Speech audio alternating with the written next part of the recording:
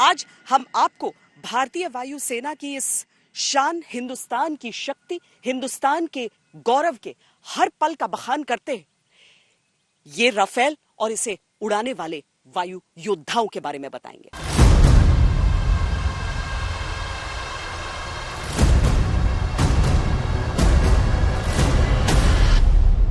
जीतना जिनकी आदत है, पराक्रम जिनकी नियति।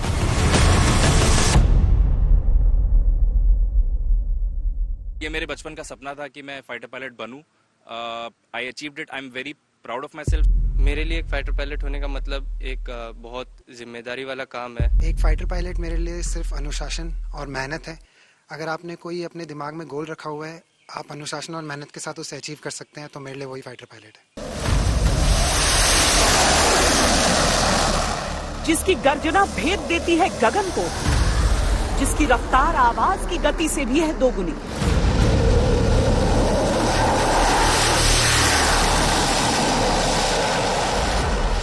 ये जहाज बहुत तरीके के एयर टू एयर और एयर टू ग्राउंड बहुत ही पोटेंट, बहुत ही अच्छे और बहुत ही मॉडर्न वेपन्स कैरी करता है।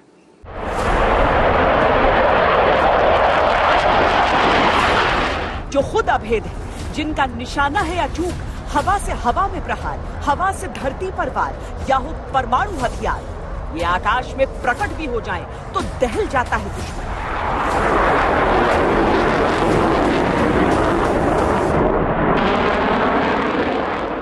जो राफेल एयरक्राफ्ट है उसमें जिस तरीके के सिस्टम्स हैं, जिस तरीके के वेपन्स हैं, उनकी वजह से ये पहाड़ियां एक बाधक नहीं है उनके अपने जो रोल उनको अदा करना है उसके लिए। तो जो ये ऊंची पहाड़ियां हैं नॉर्थ ईस्ट रीजन की, वो उनके लिए कोई भी मुश्किल पैदा नहीं करती है। रफाल का मतलब तेज हवा का झोंका, पर ये तो आंधियों को भी हरा सकते हैं। एक तो इसकी अपनी शक्ति, उस पर दुनिया के सर्वश्रेष्ठ पायलटों की महारत।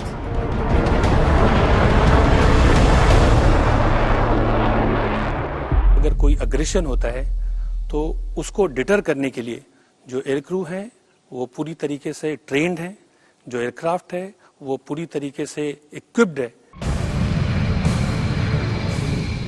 रफाल 4.5 जनरेशन का एक ऐसा लड़ाकू विमान जिसने भारतीय वायुसेना की ताकत को कई गुना बढ़ा दिया। एक ऐसा लड़ाकू विमान जो लगभग 2000 किलोमीटर की रफ्तार से आता है, पर दुश्मन को उसकी आहट तक नहीं लगती।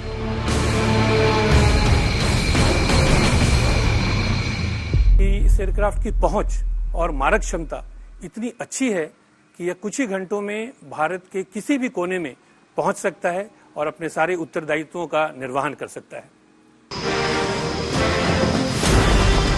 रफाल को भारतीय वायुसेना के बेड़े में शामिल होता आप सब ने देखा। कर्तव्य पथ के आसमान में उसकी उड़ान भी देखी।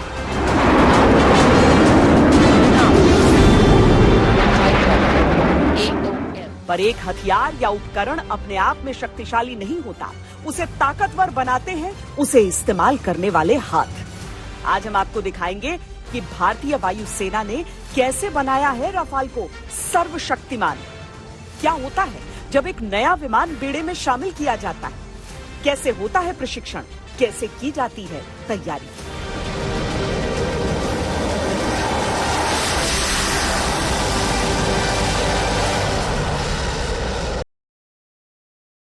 एक मल्टी रोल एयरक्राफ्ट है, यानी वो ऐसी भूमिकाएं निभाने में सक्षम। वो 3 अलग अलग विमान इस तरह के निभा पाए, लेकिन कह सकते हैं ऑलराउंडर। वायुसेना होता है एक फाइटर स्क्वाड्रन ऐसा बेड़ा होता है जिसमें 18 विमान शामिल होते हैं। जब भी एक नया विमान अर्जित किया जाता है तो पायलटों और टेक्नीशियंस की चयनित टीम को उस विमान के बारे में पूरा प्रशिक्षण दिया जाता है।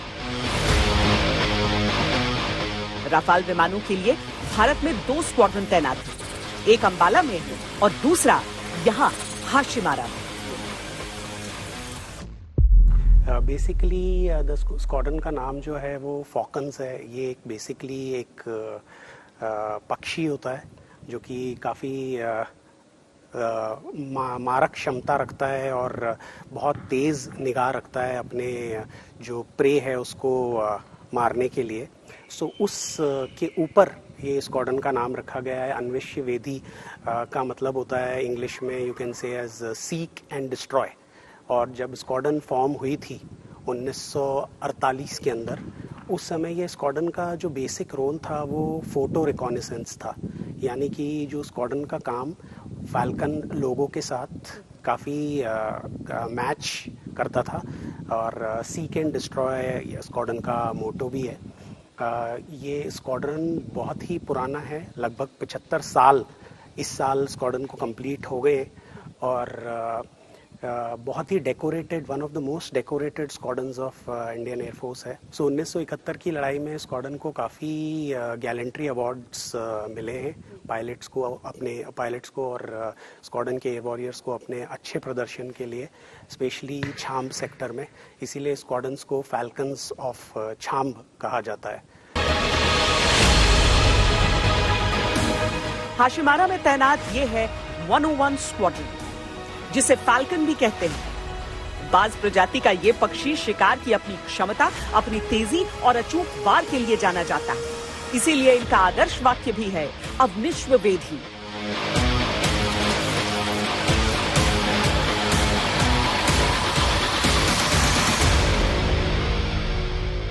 वन स्क्वाड्रन की स्थापना सन 1948 में पालम में हुई थी as a photo recognition squad.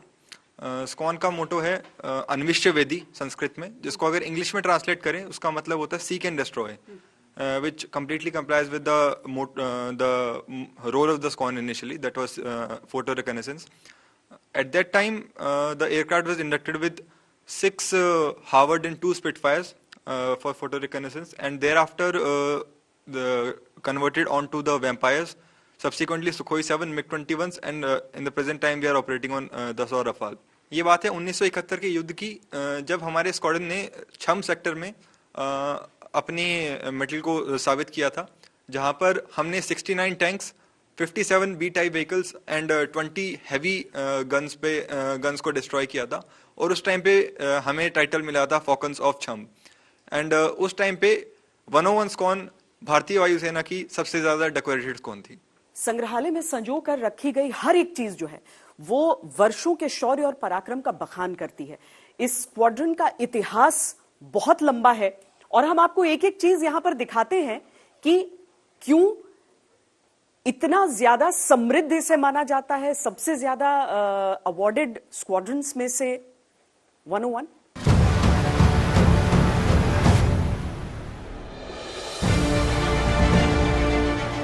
इस स्क्वाड्रन का इतिहास बेहद दिलचस्प है। इसे तरह तरह के विमानों को उड़ाया है, हर युद्ध में शौर्य दिखाया है।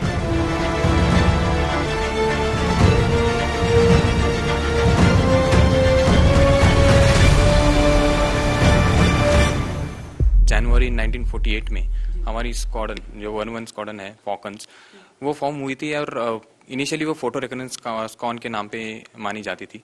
तो उस टाइम से ये सारा जो अकाउंट है यहाँ पे मौजूद है। तो यहाँ में से आप कोई भी डायरी उठाए, एक एक मंथ का, एक एक दिन का दिनचर्या यहाँ पे लिखा हुआ मिलेगा आपको।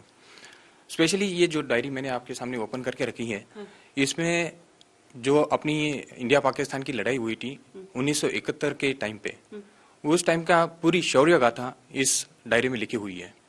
ये वॉर में 101 स्क्वाड्रन का नाम फॉकन्स ऑफ छम एंड अखनूर हो गया था।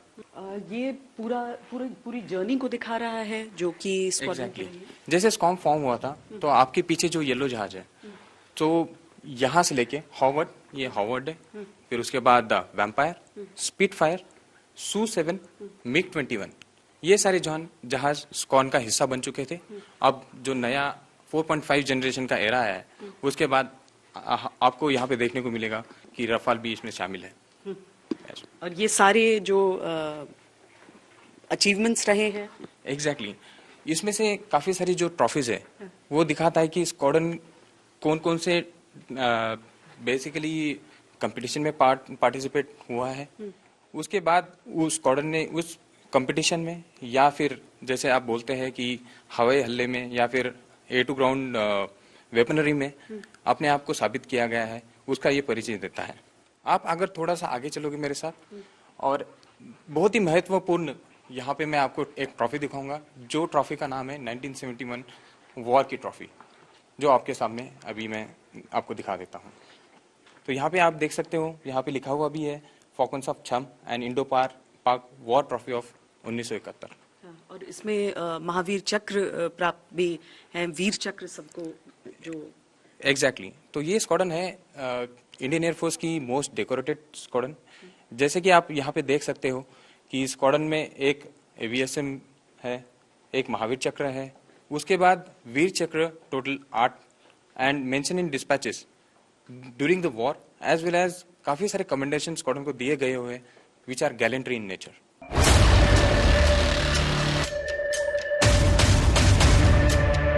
आज की तारीख में रफाल के साथ एक बार फिर एक बहुत बड़ी जिम्मेदारी स्क्वाड्रन के कंधों पर है।